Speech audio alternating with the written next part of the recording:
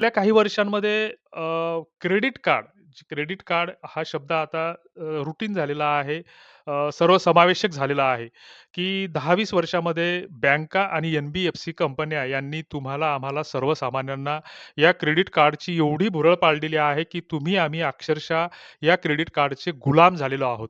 की credit card देताना तुम्हाला सांगितलं जातं, की तुम्हाला रिवॉर्ड्स पॉइंट्स मिळतात, कॅशबॅक मिळतो, असे-असे पैशाचा फायदा होतो, की तुम्हाला असं वाटतं, की बा आपल्याला एकतर ₹1,00,000 फुकटचे वापरायला भेटायला लागले आणि त्याच्या बदल्यात महिन्याला 2-3 हजाराचं कॅशबॅक किंवा रिवॉर्ड पॉइंट्स भेटायला लागले. आपली खरेदी फुकटात व्हायला लागली. तर याच्या माध्यमातून तुम्हाला एक तर पहिली गोष्ट म्हणजे गुलाम कसं बनवलं गेलं, तर तुम्हाला ऑनलाईन खरेदीची सवय याच्यातून मोठ्या प्रमाणामध्ये लावल्या गेली. त्याच्यानंतर 45 दिवसाची रिपेमेंट सायकल जी असते, तर बऱ्याच बँका एक आता त्यांनी मंथली सायकल ठेवलेली आहे. एन-बी-एफ-सी कंपन्यांनी सुद्धा क्रेडिट कार्ड बिल पेमेंटची एक मंथली सायकल ठेवलेली आहे. 45 दिवसाचा पिरियड वगैरे काही नसतं.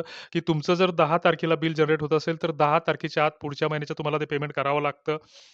आणि सगळ्यात महत्त्वाची गोष्ट, की बऱ्याच प्लॅटफॉर्मवर ऑनलाईन खरेदी करताना सुद्धा क्रेडिट कार्डचा ज्यावेळेस वापर तुम्ही करता, तर त्या ठिकाणी तुम्हाला जी-एस-टीसह साधारणतः 2% पासून तर 4% पर्यंत म्हणजे 24% पासून वार्षिक ते 48% पर्यंत तुम्हाला भुर्दंड द्यावा लागतो. एक प्रकारे ते